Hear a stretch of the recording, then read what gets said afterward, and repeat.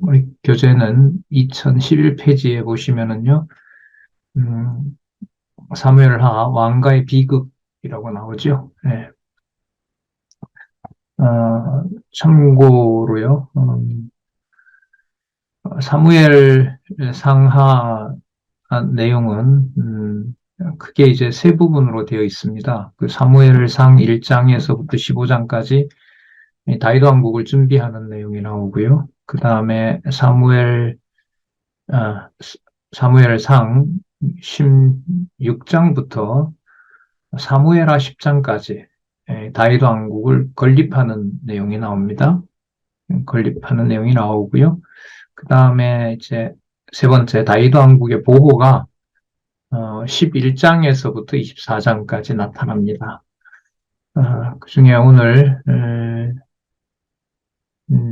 14장 25절부터 19장 8절 상반절 말씀이죠. 거기까지 왕가의 비극 사건을 살펴보도록 하겠습니다. 큰 틀에서는 통치 언약 성취 섭리를 통해서 여호와 하나님께서 당신의 전능성과 신실성과 주권성과 그 다음에 영원성과 자비성을 계시하시는 내용이다. 이게 이제 여호와 계시의 핵심 내용이죠. 또 사건을 통해서도 상세하게는 보지 못하지만 신약에 이제 이루어지는 내용이 어떤 것인지 우리가 이제 이 교재에서 잘 안내해주고 있는 이제 그 부분을 따라가고자 합니다. 먼저 왕가의 비극을 보시면 이 왕가 비극 내용에 보면 이제 압살롬이죠. 다윗의 아들이자 압살롬이 백성들의 마음을 도둑질하고 이제 다윗을 반역하게 되고요. 그 다음에 다윗이 압살롬의 반역 때문에 수환을 당하는 내용이 나오고, 그 다음에 압살롬의 아버지에게 이제 반역해서 아버지를 이제 죽이려고 하는 거죠. 도전하는 내용이고, 그러나 압살롬이 결국 다윗 왕의 신복들과 싸우다가 죽는 내용들이 나타납니다. 이게 이제 다윗의 범죄로 인해서 약속한 대로 다윗 왕가의 비극이 이제 그런 인과관계로 보면 다윗의 범죄, 그 다음에 왕가의 비극, 그리고 이 내용이 통치 언약 성취 섭리 그 내용이라는 사실이죠. 그러니까 이제 우리가 현상적으로 보면 다윗이 범죄해서 저주받아서 왕가의 비극이 왔다. 이거는 이제 내용상으로 보면 그렇게 전개가 되는데 룻기에서부터 사무엘 하까지 전체로 봤을 때는 사무엘 하의 내용들은 다윗 왕국을 하나님이 준비하시고 그 다음에 다윗 왕국을 건립하시고 또 다윗 왕국을 하나님의 영광을 위해서 하나님 여호와의 그 이름에 담겨 있는 능력의 영광을 계시하기 위해서 섭리하시는 내용이다. 우리가 그렇게 알고 있습니다. 자, 그 틀에서 한번 보시면 왕가의 비극 그 2011에 보시면 한번 읽어볼까요? 왕가의 비극이 따르지만 첫 번째 줄부터 읽어보겠습니다. 2011 그리고 나아가서는 여호와께서 다윗에게 언약하신 말씀대로 그 왕위를 견고히 지켜주신다는 사실을 깨달아 알게 하시려는 섭리이다. 이러한 섭리는 예수 그리스도의 왕국이, 다윗 왕국에 대해서 예수 그리스도의 왕국이 비극적인 순환 중에도 언약에 기초하여 견고히 세워지도록 보호함을 입을 것에 대한 예표로서의 모형과 그림자다. 자, 이제 이러한 섭리는 이제 요 다음에 우리가 이제 관심을 집중해서 보면 그리스도의 왕국이 비극적인 순환 중에서도 언약에 기초한다. 그래서 이제 그리스도의 왕국이 비극이었던 순환 중에서도 견고히 세워진다라고 했을 때는 인간적인 어떤 원인을 찾는 게 아니라 이제 그 사건에 주목을 하게 돼요. 자, 예를 들면 요한복음만 보더라도 예수님이 이제 바리새인들의 그 화를 책망하시고 바리새인들이 유대인들이 그 예수님을 미워할 수 있도록 그렇게 이제 말을 하죠. 거기에 대해서 이제 유대인들이 예수님을 이제 죽이려고 하는데 그게 바로 태초부터 존재하시는 그리스도가 말씀이 육신이 되어 이 땅에 오셔서 이제 하나님의 뜻을 이루면서 이 표현으로 쓰면은 그리스도의 왕국이 견고히 세워지도록 하나님의 방법으로 그렇게 하신다는 것을 보여주는 사건입니다. 자, 그 틀에서 적어도 하나님 나라는 그냥 보호하신다 이거보다가 하나님의 영광 계시라는 여호와의 영광, 여호와의 존재와 능력 계시라는 측면을 계속 생각하시면서 보시기 바랍니다. 자, 요한복음 16장 33절 볼까요? 이것을 너희에게 이름은 너희로 내 안에서 평안을 누리게 하려 함이라. 그 다음 볼게요. 내 안에서 평안을 어떻게 누리냐면 세상에서는 너희가 환난을 당한다. 세상에서 환난을 당하는 것이 그리스도 안에서 누리는 평안하고 비교가 되죠. 담대하라. 왜냐하면 내가 세상을 이겼기 때문에 그렇다. 그리고 이거 하고요. 왕가의 이제 비극, 압살롬에게 쫓겨나고 이제 죽음의 어떤 위협에 처하는 다윗의 그 상황이 어, 다윗의 왕위가 여호와 하나님의 약속과 여호와 하나님의 그 능력의 영광을 그의 속성을 드러내게 하시려는데 목적이 있다라는 것을 이제 생각을 하시고 예수님이 제자들에게 하시는 말씀 그리스도 안에서 평안은 세상이 무엇을 준다? 환란을 준다는 거죠. 이것도 어떤 방법으로 줄지는 이제 하나님이 정해놓으신 대로 하지요. 이게 이제 가까이에 있는 이제 교회 내에서 또 우리의 육신이 함께하고 있는 뭐 가족을 비롯해서 여러 인간관계들이 어떻게 보면 이제 환란을 줄 수도 있고 불편하게 할 수도 있겠죠. 그럼 그게 이 본문에 보면 누구 안에 있는 평안을 누리게 하는 거라는 거죠. 그리스도 안에 있는 평안을 누리게 한다는 겁니다. 이 믿음은 진짜 하나님께서 주셔야 된다는 거죠. 저는 압살롬의 반역을 한번 보도록 하겠습니다. 2011 제일 마지막 밑에서부터 두 번째 줄 본문 시작하는 세 번째 줄이네요. 압살롬의 반역은 예수 그리스도를 반역하는 자들에 대한 예표로서의 모형과 그림자다. 마태복음 12장 14절, 마태복음 20장 18절, 14절. 바리새인들이 나가서 어떻게 하여 예수를 죽일고 의논하거늘. 다음에 20장 18절. 보라, 우리가 예루살렘으로 올라가노니 인자가 대제사장들과 서기관들에게 넘기움에 저희가 죽이기로 결정했다. 이걸 아시면서도 이제 예루살렘으로 올라가시는 거죠. 그럼 이 말은 뭘까요? 반역을 하도록 예수님을 그 죽이려고 하는 자들 앞에 정한 때가 되어서 예수님이 자, 나를 어떻게 해라? 죽여라. 나를 십자가에 못 박아라라고 예수님께서 당신을 이제 드러내시는 거죠. 무슨 뜻이냐면 압살롬이 반역할 수 있도록 그 여건과 상황을 이미 이제 약속도 하셨죠. 예고하셨던 대로 그 상황들을 이제 하나님의 방법대로 조성하시는 거죠. 이제 압살롬이 이제 그 사람들의 마음을 이렇게 빼앗잖아요. 그래서 다윗보다가 더 훌륭한 그 왕세자라는 사실을 만들어내게 됩니다. 그러니까 그 마음을 다 훔친 다음에 이제 반역을 꾀하게 되는 거죠.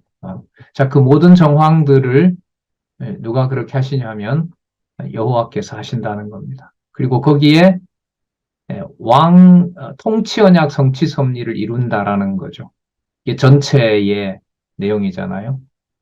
지금 이렇게 말씀드렸는데 성경을 전체적으로 이렇게 연결을 해서 우리가 세 번째 단락에 공부하는 어떤 이 중요함이 그 다윗 사건에서 아니 압살롬이 사람들의 마음을 훔치는 그 사건에서 여호와께서 언약하신 통치 언약을 이루어 나가신다라는 것까지 연결이 돼야 되는 거잖아요.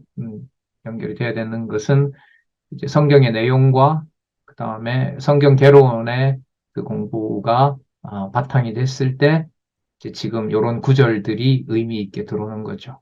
그리고 어떤 구절을 몇 장 몇 절을 딱 취했을 때 이 지금 세 번째 단락 공부는 머릿속에 어느 정도 그 마태복음이면 마태복음 내의 어떤 구조, 그리고 그것과 지금 이 압살롬의 반역 사건을 연결시키고 내용도 왜곡하지 않고 만약에 남들에게 알려준다면 내용도 친절하게 설명하고 그 본문 내용을 연결을 지어서 바로 그리스도와 구약의 예언된 약속된 그 사건을 연결시키면서 누구의 존재와 능력으로 여호와의 존재와 능력으로 이렇게 안내를 해주는 거죠.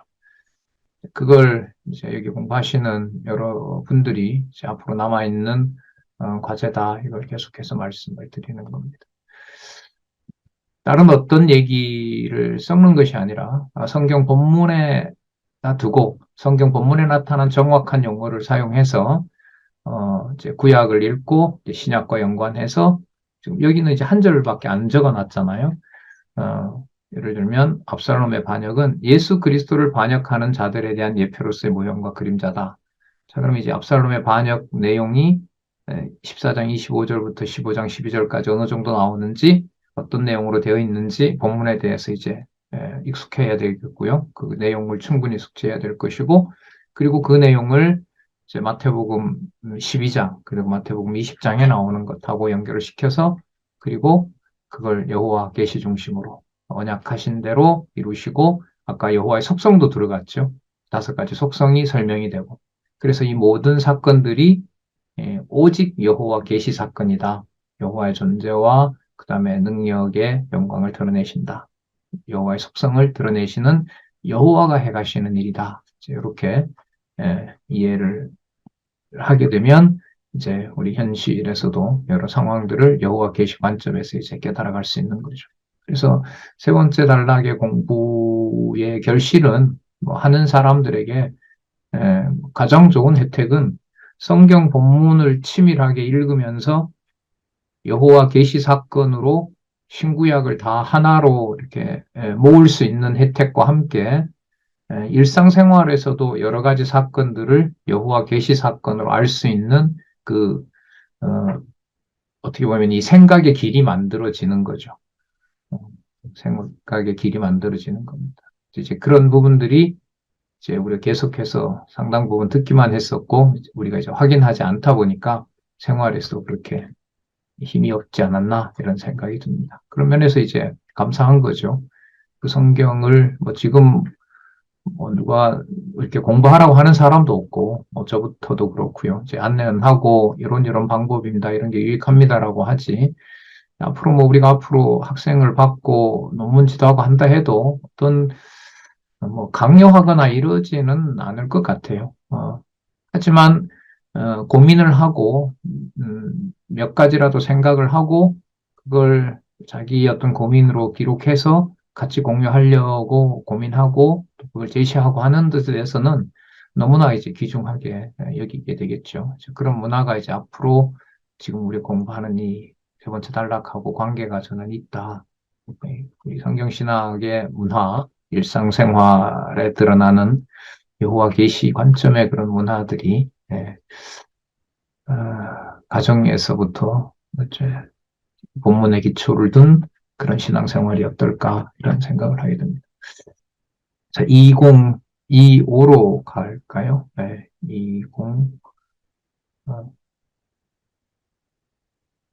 2023으로 가겠습니다. 압살롬의 반역 사건. 이제 여러분 이 사무엘 하하고요.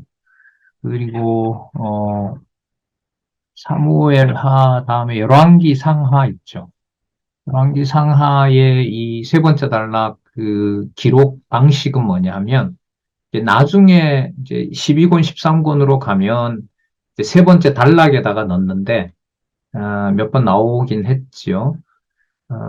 지금 이 사건 여러 이제 역사적 사건들이 이제 사무엘 상하에 많이 나오는데, 그리고 열왕기에도 나오고, 여기 쓰는 방식은 그 이른바 나중에 세 번째 단락으로 올라가는 어떤 그게 본문 주석을 한 다음에 있어요. 아셨어요? 다윗 왕이 순환 당한 사건 다음에 이게 그리스도와 이렇게 연관됐다. 앞에 나오는 게 아니고. 아셨어요? 그게 이제 뒤로 가면서 어디로 이제 모아진다는 거예요. 몇 번째 단락으로? 세 번째 단락으로 모아지는 거예요. 지금 제가 이제 살펴봤을 때 여러분들도 보셨겠지만은, 음, 다윗 사건과 그 다음에 열왕기 솔로몬으로 이어지고 또 그 선지자들이 등장하는 그 사건에서는 사건 다음에 그리스도에 대한 예표로서의 모형과 그림자를 소개합니다. 그게 이제 나중에 어디로? 이제 세 번째 단락으로 이렇게 정리가 되죠.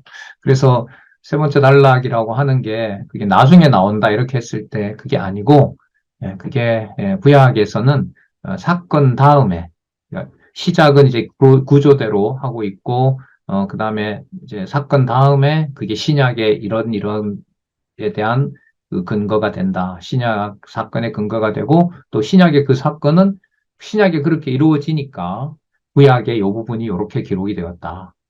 여러분 그런 거 생각해 봤어요? 예를 들면 다윗 왕가의 비극에 왜 꼭 이런 내용이 들어가야 되느냐라는 것하고요. 마태복음에 아니 예를 들면 요한복음에 왜 가나의 혼인잔치 사건이 제일 처음 나오는 거냐? 그게 왜 그 자리에 있어야 되느냐라는 것하고 다윗 왕가의 타락과 비극 사건에 압살롬이 반역하는 내용이 왜 그 사건 다음에 그렇게 나오느냐? 그것하고 여러분 관계가 있을까요? 없을까요? 있죠. 구약도 그 순서대로, 신약도 그 순서대로 된다는 거죠. 자, 그러면 이제 본문 다음에 나오는 걸 이제 생각을 하시고 한번 볼게요. 2023에 보시면 사울 족속 시므이가 다윗 왕을 저주하고 조롱한 내용이죠. 자, 그 내용에 대해서 제일 마지막 세 줄 볼게요. 밑에서부터 세 번째 줄. 이는 예수 그리스도께서 자기 동족에게 버림을 받아 저주와 조롱을 당하실 사실에 대한 예표로서의 모형과 그림자다. 이게 이제 여러분 앞으로 어디로 가요? 이게 세 번째 단락으로 가는 거예요. 미리 얘기를 해주고 이게 이렇게 예표되어 있습니다. 그래서 우리 본문을 보겠습니다. 이렇게 안내를 하는데 당시 이게 아직 4권이잖아요. 4권에서 13권까지 가려면 몇 년이 기다려야 돼요, 이게? 거의 8년, 9년, 10년 후의 일이잖아요. 자, 그러니까 그렇게 정립이 되는 거고 이렇게 나와 있다라는 것을 우리가 확인할 필요가 있습니다.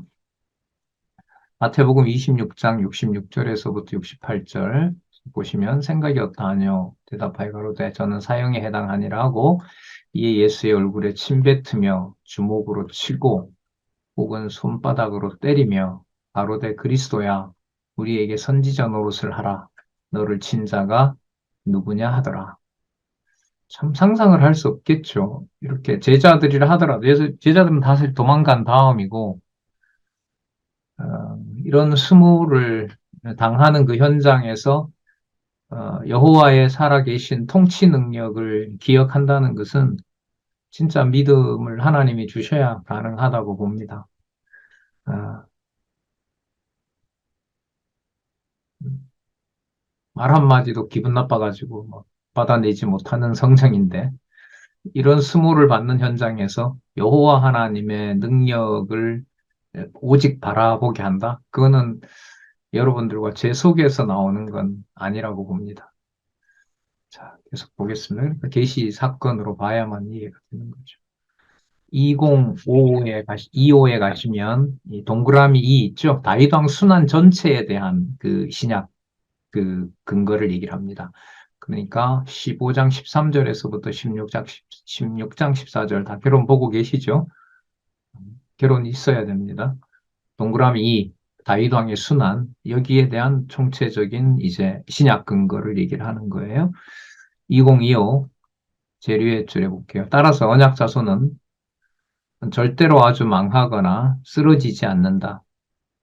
다윗 왕의 순환은 예수 그리스도께서 당하실 순환에 대한 예표로서의 모형과 그림자다. 그러면 예수님이 당하시는 순환이 뭐 하는 것처럼 보이지만 뭐 할 수는 없다는 거죠. 망하는 것처럼 보이고 쓰러지지만은 그렇지 않다. 그렇지 않다라는 건 여러분 그 사실이 아니다라는 게 아니라 누구의 뜻을 이루는 것으로 가기 때문에 그래요. 아버지의 뜻을 이루는 것으로 가죠. 현장은 뭐 하는 자리예요? 망하고 쓰러지는 자리입니다. 그걸 부정할 수는 없어요. 그러니까 이걸 부정하게 되면 여러분 뭐가 되냐 하면 나타난 육신의 현상을 부정하는 거기 때문에 이것을 뭐라고 그러죠? 이걸 적그리스도라고 그래요. 좀 더 신앙적으로 들어가 보면요. 자기중심으로 상대방을 이해하지 못하고 자기중심적으로 어떤 성도들의 행위를 예, 심판하고 정죄하는 것이 적그리스도 되는 거하고 똑같습니다. 멀리 있는 게 아니죠. 그걸 어떤 윤리나 도덕적으로 본다고 하면 자기의가 되는데 하나님이 주시지 않으면은 그리스도를 그 왜 에베소서에 가면 그거 있죠. 성령을 근심하게 하지 말라는 거 있죠. 성령 근심하게 하지 말라는 게 그렇게 남봉꾼 같은 에베소 교회에 대해서도 사도 바울이 자기가 마음대로 정죄하고 예를 들면 때리고 이렇게 할 수가 절대로 없다는 거죠. 예. 그래서 그 육의 몸을 가지고 있는 성도들의 관계에서 적그리스도는 남의 얘기가 아니다라는 거죠. 예. 그리고 그것은 꼭 믿음을 주셔야 가능합니다. 아, 그렇다고 그게 이제 인간적으로 참는다고 그게 의의가 되는 것도 또한 아니고요. 이거 근본적인 문제입니다. 그러니까 우리 왜 이신점심이라 그러죠. 동정한다 그러잖아요. 또 우리 쉽게 그런 말 많이 하죠. 나 네 마음 내가 충분히 이해한다. 충분히 이해할 수가 있나요? 없죠. 이게 다 맞지 않는 말이죠. 사실 성경 신학에서는. 네. 자, 볼게요. 다윗 왕의 순환은 예수 그리스도께서 당하실 순환에 대한 예표로서의 모형과 그림자다. 여러분 이게 다른 어떤 사람들이 이걸 이론을 우리가 전개할 때 볼 때 다윗 왕과 예수님 1000년 전의 사건이잖아요. 상황도 전혀 달라요. 여러분 지금하고 1000년 전 고려 시대하고 우리 상황에 유사한 점이 있을까요? 전부 거의 다르다고 봐야 될까요? 거의 다르죠. 언어고 뭐고 문화고 다 달라요. 근데 지금 여기서는 1000년 전에 있었던 전혀 다른 맥락에서 일어나는 다윗 왕의 순환을 우리 기준으로 봤을 때 2000년 전에 예수님이 당하는 순환하고 뭐 하다는 거예요? 일치시키는 거잖아요. 그것하고요. 제가 성도님들의 마음을 난 저분이 이해가 돼라고 하는 것하고 이게 차이가 있을까요? 없을까요? 그러니까 예수님이 2000년 전에 오신 사건하고 3000년 전에 있었던 다윗의 사건을 인간적으로 연결시킨다는 게 이해가 인간적으로 안 되는 것처럼 전혀 다른 환경과 문화에서 자란 여러분들과 제가 여러분들의 마음을 이해한다라는 게 그게 말이 될까요? 안 될까요? 안 되는 거예요. 알고 믿는 것에 하나 된다라고 하는 거, 진짜 그거는 엄청난 비밀이잖아요. 우리 지금 수백 시간 되나? 그렇죠. 수백 시간 되겠죠. 우리 연으로 따지면은 한 100여 시간은 좋게 넘을 텐데, 그 시간을 성령께서 같은 교제를 통해서 성경을 함께 볼 수 있도록 해오신 그 어떤 그 은총이나 진짜 은혜죠. 그 은혜를 빼게 되면 이것처럼 황당한 거죠.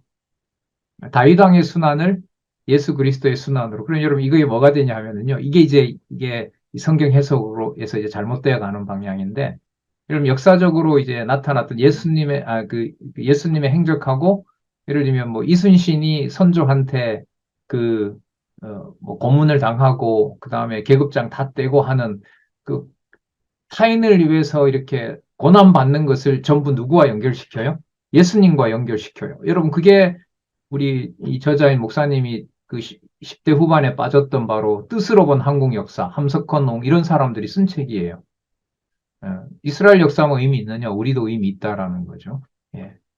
그래서 지금 이런 내용들이 말이에요. 다윗 왕의 순환은 예수 그리스도께서 당하실 순환에 대한 예표로서의 모형과 그림자다라고 하는 이런 탐구가 주위에 있는 어떤 그 사건들에 대해서 좀 어느 정도 정보가 정확하지 않은 상태에서 이걸 서로 연결을 해서 이걸 지금 한 줄만 떡 읽어주고 그렇다라고 하면 누가 이해를 하겠어요? 이게 성경 강론이 된 다음에 나오는 얘기잖아요, 이게. 그죠? 나중에 세 번째 달하고 위에 올라가지만 지금 이 내용을 보시면 상세하게 본문을 설명한 다음에 그 다음에 이게 예수 그리스도의 예표로서의 모형과 그림자다라고 이렇게 알려주는 거죠. 이런 내용들이 수없이 많은 게 이제 세 번째 단락인데 참 감사한 거는 어쨌든 이 교재를 통해서 계속해서 이제 반복을 하니까 익숙해지기는 하지만 다른 어떤 성경을 볼 때 여기서 지금 안내해주는 이런 방식들이 우리의 신앙의 어떤 생활에서도 어, 하나님께서 얼마나 이제 여호와 계시 관점으로 보게 하는지 이제 그걸 한번 좀 관심을 가질 필요가 있지 않나. 뭐 제 문제입니다. 제 문제이기 때문에 한번 이렇게 에, 의문시 질문을 좀 해봤습니다. 압살롬의 도전으로 한번 가볼까요? 여기 아까 했었죠. 자, 압살롬 그럼 도전 한번 볼게요. 압살롬의 도전은 이제 누구를 죽이려는 거죠? 예, 다윗 왕을 죽이겠다 하는 거죠. 아버지를 죽이겠다고 하는 그 사건이 이제 쭉 연결이 돼요. 압살롬의 도전이 17장 26절까지 나오고요. 요 사건 다음에 다시 또 이렇게 신약 근거를 제시합니다. 2034입니다. 본문에 여러분 빠져 있는 신약이 있을 수도 있어요. 여러분 꼼꼼하게 준비해 오셨으면 그거 체크해 놓으셨다가 뭐 같이 공유해도 좋고 뭐 나한테 물어봐도 되지만 우리 카톡에다가 몇 페이지의 근거가 빠졌습니다라고 카톡에다만 올려줘도 좋을 것 같습니다. 같이 공유하면 되니까요. 음, 2034 볼게요. 2034. 자, 압살롬의 죽음 전에 나오는 사건 한번 보겠습니다. 압살롬의 도전. 어, 자, 이는 주어볼까요? 여호와께서 어두운 권세들의 도전이 있는 중에도 이 참 성경 신학의 이 공부가 중요한 게 이런 거죠. 여호와께서라는 말은 통치 언약을 이루시는 여호와께서 이렇게 읽어야 되겠죠. 그렇죠. 그러면 뒤에 나오는 압살롬의 도전이 아무리 그 강하다 하더라도 통치 언약을 어떻게 해 가신다? 반드시 이루어 가신다. 그게 전제가 되는 겁니다. 이는 여호와께서 어두운 권세들의 도전이 있는 중에도 언약 자손인 예수 그리스도를 보호하여 주실 것에 대한 예표로서의 모형과 그림자다. 마태복음 4장 11절. 이에 마귀는 예수를 떠나고 천사들이 나와서 수종드니라. 자, 하나님께서 예수님을 보호하셨고 또 천사들이 나와서 수종하도록 예수님을 보필하도록 하나님께서 그렇게 하셨다. 그러면 여러분 압살롬이 막 후궁들을 엿보이고 그 다음에 뭐 아버지를 죽이려고 하고 그럴 때 에, 그게 아버지로서 아들을 버리는 건가요? 보호해가는 방법인가요? 조심스럽고 우리가 함부로 말을 할 수는 없지만은 믿음을 주시기를 간구하면서 그게 바로 하나님의 약속을 보존해가는 하나님의 방법이죠. 자, 그리고 목적은 어디에 있다는 거죠? 다윗을 왕 만드는 것에 목적이 있나요? 아니죠. 아까 주어가 나왔잖아요. 누구 이름에 대한 보전? 여호와 이름에 대한 보전. 이게 이제 목적입니다. 압살롬의 죽음으로 한번 가서 볼게요. 17장 27절에서부터 19장 18절인데, 자, 요 부분은, 이제, 이렇게 되어 있어요. 요 부분은, 음, 어, 시작할 때 근거를 좀 제시합니다. 신약 근거를 제시하고, 그 다음에 중간에 또 한 번 설명을 해요. 그 다음에 그 나무에 그 압살롬이 매달려 죽잖아요. 그 머리카락 이렇게 붙어서. 거기에 있는 사건에서 또 이 그리스도 예표와 관련해서 얘기를 하고, 그 다음에 19장, 한쪽 가로 1번, 한쪽 가로 1번이 뭐냐 하면, 음, 한쪽 가로 1번이 5장 8절이죠. 다윗 왕국의 형통. 음, 음.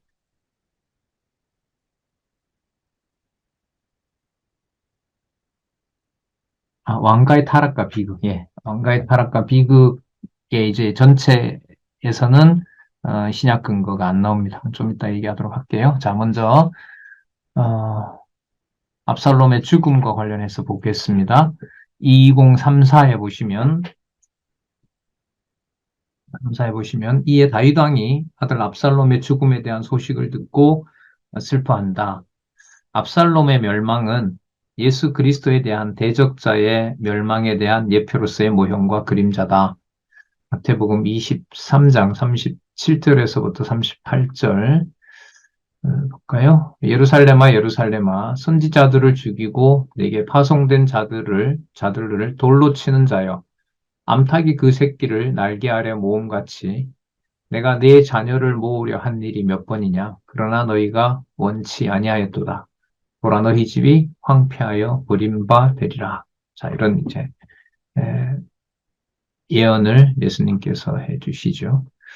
자, 이것하고 음, 압살롬이 멸망하는 것하고 연결이 여러분 되시나요? 압살롬이 죽는 것하고 그 다음에 대적자들이 반드시 멸망당할 것이다라고 하는 것하고 어, 음, 어떻게 연결이 되시는지 모르겠어요.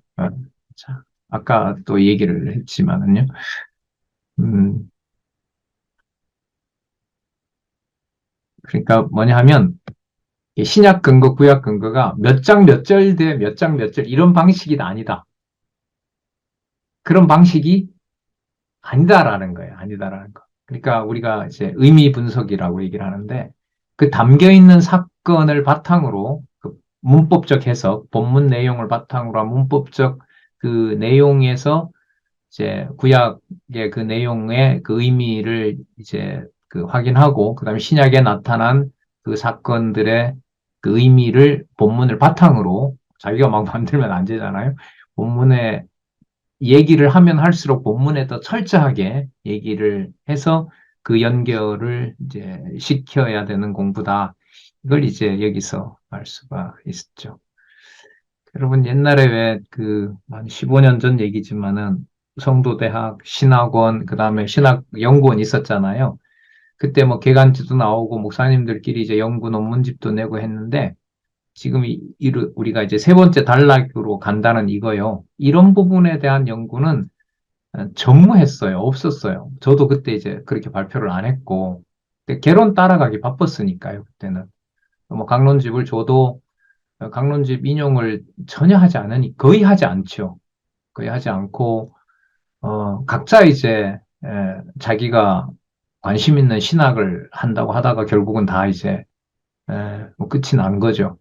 성경의 바탕을 둔 여호와 계시의 관점들이 이렇게 하나가 되지 않으니까 이렇게 모아지는 글이 될 수가 없는 거였죠. 자, 이제 말씀드리는 이유는 지금 이게 4권이니까요. 98. 거의 뭐 몇 년 전입니까? 거의 뭐 20년 훨씬 전의 일인데 그러니까 이게 이런 구조를 잡을 수가 있었는지 그런 참 생각을 또 하게 되네요. 자, 하지만 이제 쉽게 내용들을 우리가 따라갈 수 있는 그런 건 또 아니라는 생각이 듭니다. 어쨌든 어, 압살롬의 멸망 사건 그 17장 27절에서부터 19장 8절을 이렇게 쭉 읽어보면 하나님 이렇게 하시는가라고 하는 내용들이 쫙 나오죠. 그리고 그 사건이 그리스도께서 읽었던 본문처럼 반드시 어떻게 하냐면 너희 집이 황폐하여 버림받으리라고 하는 그 사건하고 이렇게 만나게 되는 거죠. 그게 사무엘 상하의 주제인 무슨 언약 성취 섭리하고요. 통치 언약, 성취 섭리하고 또 이게 만나야 돼요. 이게 턱 보면 턱 가는 이런 게 아니겠죠, 분명히. 그죠? 공부를 해야 되는 부분이 맞겠죠. 예.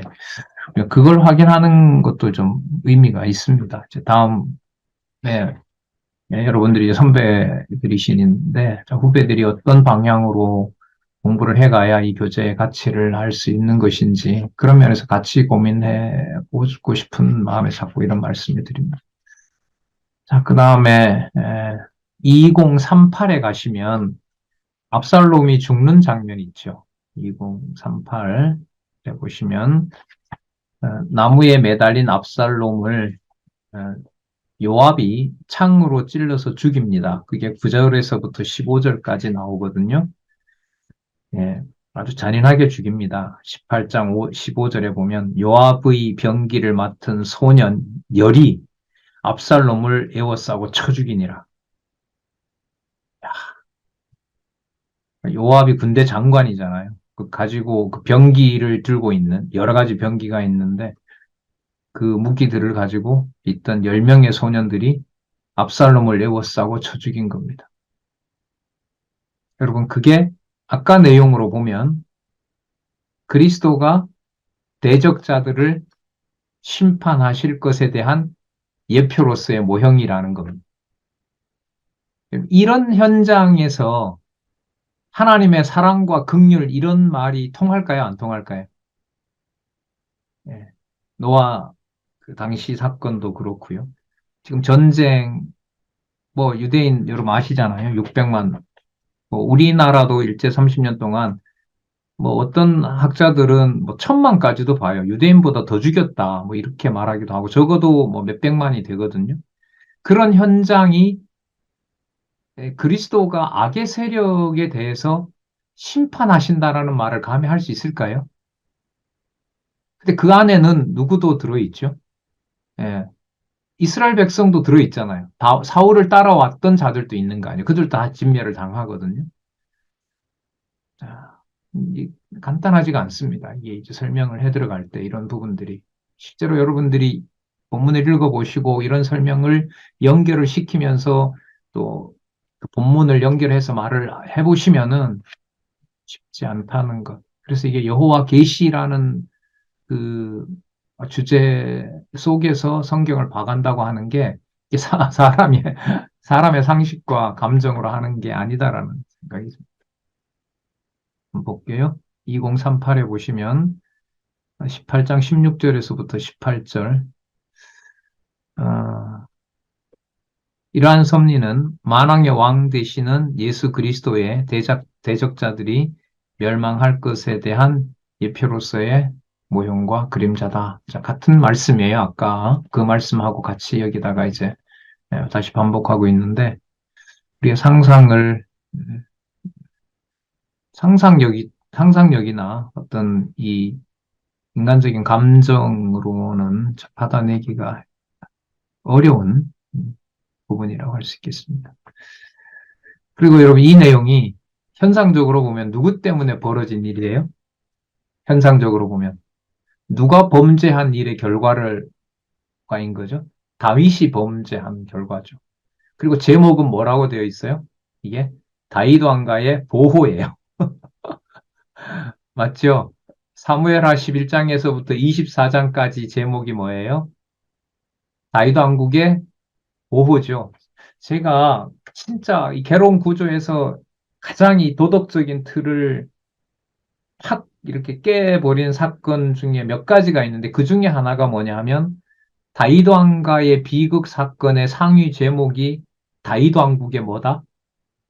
보호다라는 여기에서 계시적 관점으로 이렇게 오게 되는 그 몇 가지 예 중에 하나가 여기에 있어요.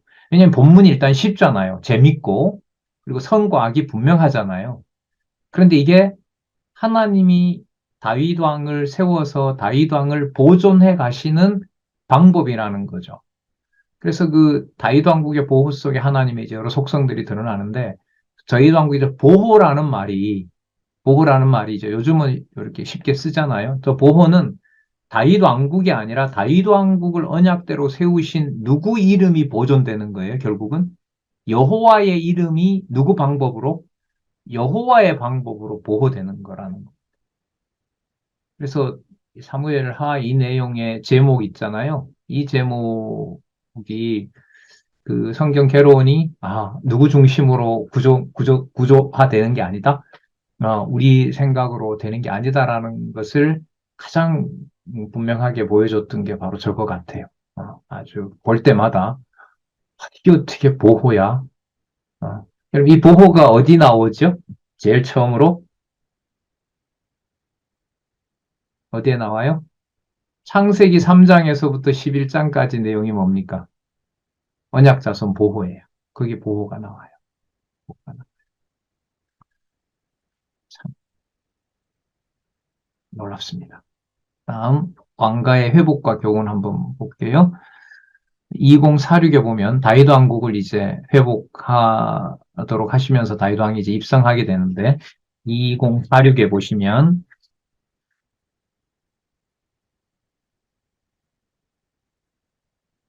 2046에 한번 볼게요.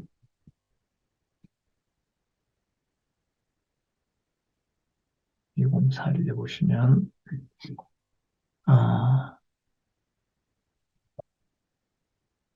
제류의 줄에 있네요. 여호와께서는 아니다. 그 밑에 있네요. 죄송합니다. 다윗 왕국의 회복 밑에서부터 하나, 둘, 셋, 네, 다섯 번째 줄부터 읽어볼게요. 2046 밑에서부터 동그라미 1 위로부터 하나, 둘, 셋, 넷, 다섯. 여호와께서 이스라엘 열조에게 세우신 언약의 말씀대로 반드시 이루어 주셔서 다윗 왕국을 견고히 보호해 주신다는 사실을 백성으로 하여금 깨달아 알게 하시는 섭리이다. 이러한 섭리는 장차 예수 그리스도의 왕국이 고난 중에서도 자 볼까요? 어디에 기초하여? 영원한 언약에 기초하여. 그럼 여러분 영원한 언약에 기초한다는 말은 어디에 일어나는 사건을 넘어서요? 그리고 누가 작정해 놓은 대로 가죠? 여호와가 작정해 놓은 대로 가고 현재 일어나는 사건을 근시안적으로 누구 때문이다, 누구 때문이다라는 걸 말할 수 없게 하는 게 바로 영원한 언약입니다. 영원한 언약에 기초하여 견고히 보호될 것에 대한 예표로서의 모형과 그림자다. 그러면서 계시록에 갑니다. 여러분 계시록의 교회의 승리인데 22장까지 나타나는 내용에서 승리라는 것으로 일관합니까? 승리가 아닌 교회가 핍박받는 내용이 훨씬 더 많이 나옵니까? 후자이죠. 하지만 그 제목이 뭐로 되어 있어요? 승리잖아요. 그러면 뒤에 가서 예수님이 승리하기 때문에 그건 승리고 앞부분에는 승리와 상관이 없는 건가요? 아닌 거죠. 그럼 이때도 똑같아요. 아까 다윗 왕국의 보호라고 했을 때 누구 이름이 결국 보호되도록 누가 섭리하셨다? 여호와의 이름을 여호와께서 섭리하신 것처럼 이제 계시록에 여러분 계시록까지 여호와 개념 다 적으셨어요? 찾아 놓으셨어요? 대답들 하나도 안 하세요. 가만히 있는 거 보니까 안, 여호와 안 옮겨 적은가 보다. 이번 학기 마칠 때까지 예. 또한 계시록에 몇 번 나와요? 여호와? 예? 12번 나오거든요. 제가 찾아 놓은 거. 자, 그러면 다윗 왕국의 보호에서도 누구 이름이 보호되는 것처럼 여호와 이름이 보호되는 것처럼 계시록에서도 1장에서부터 22장까지 내용에서 누구 이름이 계속 등장함으로 누구 이름이 보호된다? 예, 여호와의 이름이 보호된다. 그럼 여러분과 제 삶에서 영원한 언약의 근거를 두고 살펴본다면은 누구 이름이 보호되는 역사가 일어나고 있는 거냐면 여호와의 이름이 보호되는 거고요. 누구의 방법대로? 여호와의 방법대로 일어난다고 보면 되죠. 여러분 이 관점을 가지고 성경을 보는 것하고 그냥 성경을 논리적으로 연결해 가는 것하고는 재미 면에서도 엄청난 차이가 있습니다. 이걸 지금 세 번째 단락이 우리에게 이제 기가 막힌 안내를 해주고 있습니다. 자, 볼까요? 5장 9절에서부터 10절 제가 읽어볼게요. 새 노래를 노래하여 가로되 책을 가지고 그 인봉을 떼기에 합당하시도다. 어린 양이죠. 그리스도가 일찍 죽임을 당하사 각 족속과 방언과 백성과 나라 가운데서 사람들을 피로 싸서 하나님께 드리시고